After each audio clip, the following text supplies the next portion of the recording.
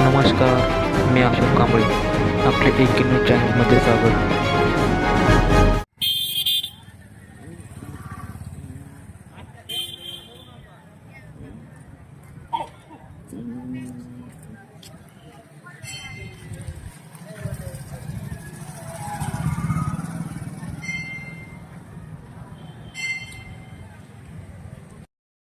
मनोज जरांगे पाटील यांचं आंतरवाली सराटीमध्ये बेमुदत उपोषण सुरू असून या उपोषणाकडे शासन दुर्लक्ष करत आहे. आज उपोषणाच्या 5व्या दिवशी मनोज जरांगे पाटील यांची तब्येत खूप खालावली आहे.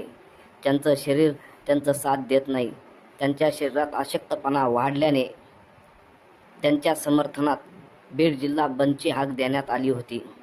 या बंदमध्ये गेवराई शहर कडकडीत बंद असल्याचं पाहायला मिळत आहे. तसेच शहरातील चौकाचौकात मोठ्या प्रमाणावर पोलीस बंदोबस्त ही पाहायला मिळत आहे.